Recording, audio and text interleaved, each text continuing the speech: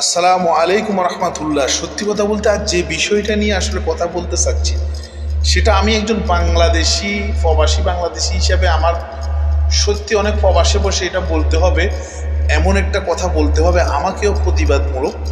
সেটা আমি আসলে কোনো দিনও একজন প্রবাসী বাঙালি ওই কল্পনা করিনি, যেটা সত্যিকারে বলতে হচ্ছে।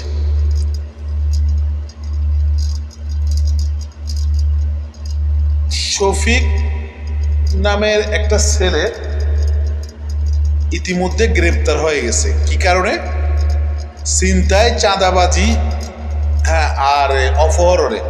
বিদেশের মতো জায়গায় বাংলাদেশি প্রবাসী এসে, তাও আবার বর্তমান নিউ জেনারেশনের 20 থেকে 22 বছরের ছেলেদের, এই সমস্ত ছেলেরা এসে এখানে ছিনতাই, চাঁদাবাজি এবং অপহরণ করে, তাও সেম তার মধ্যে একটা বাংলাদেশিকে। আমি কিছুদিন একটা ভিডিওতে এই ব্যাপারে কিছু আপনাদেরকে আমি কথা বলছিলাম। আসলে আজ পুরোটাই কিন্তু এই ব্যাপারে কথা বলতে হচ্ছে। কেন রে ভাই তোরা এরকম করতেছিস, বরবাদ করে দিচ্ছিস যারা অসহায়, আমাদের মতো অসহায় দরিদ্র, আমরা যারা লেবার মানুষ, পরিশ্রম করে নিজের ছেলে সন্তান, মা বাবা, ভাই বোন বা দেশে যারা আছে তাদেরকে একটু ভালো রাখার জন্য, নিজে ভালো থাকার জন্য শত দুঃখ কষ্ট যন্ত্রণাকে উপেক্ষা করে নিজের ছেলে মেয়েকে রেখে, মা বাবাকে রেখে এখানে প্রবাসে এত কষ্ট করে টাকা ইনকাম করতেছি। কেননা 2-4 টাকা ইনকাম করতেছি, কত একজন লেবার মানুষের বেতন হয়? আমার মতে এইসব লেবারের কোনো বিল আছে? হ্যাঁ, তুই সেই টাকার জন্য তুই আরেকজন বাংলাদেশি এসছিস, তুইও তো আমার জন্য লেবার এসছিস এখানে কাজ করার জন্য, সেটা না করে ওরে ওরে অবাগারে তোর মা বাপ, আসলে তোর মা বাপের দোষ দিয়ে লাভ নেই। তোর মা বাপের কপাল পোড়া, তোর মা বাপ কপাল খারাপ।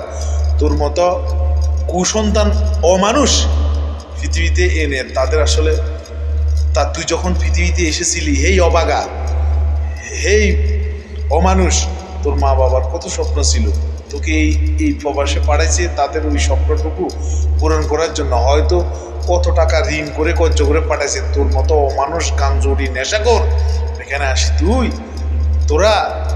আসি তোরা সেই সেম অপকর্মটাই করতেছিস।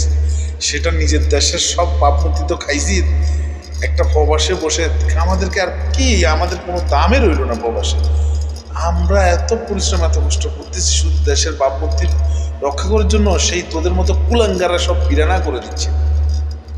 হায় আফসোস, এই ছেলেটা আরও তার কয়েকটা গ্রুপ আছে, এটা নিউজ হয়েছে ডাইরেক্ট।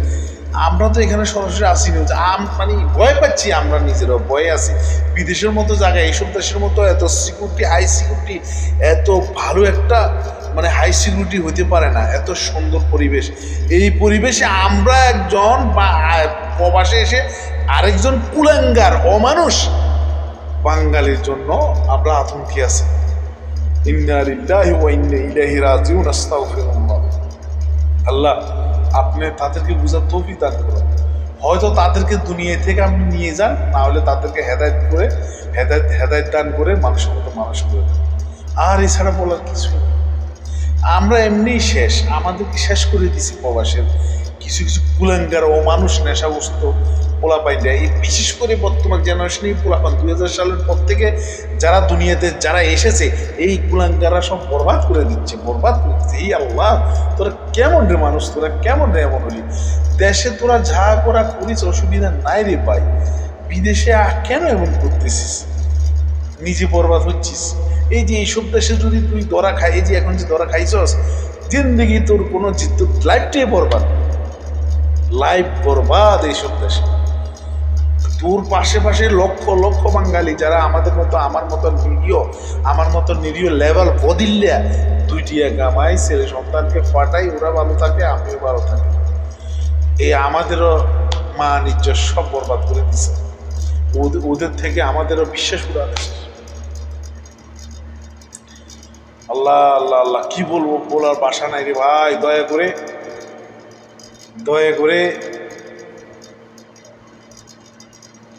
কি বলবো, আমার আসলে ভাষা খুঁজে পাচ্ছি না। যাক, সবাই ভালো থাকবেন। ভিডিওটা ভালো লাগলে শেয়ার করবেন। আর প্রবাসীরা সবাই সাবধানে থাকবেন, সবাই হেফাজতে থাকবেন, যার যার ক্যাপাসিটি অনুসারে তার নিরাপদে থাকবেন। সবার জন্য দোয়া, আমার জন্য সবাই দোয়া করবেন। আসসালামু আলাইকুম ওয়া রাহমাতুল্লাহি ওয়া বারাকাতুহু।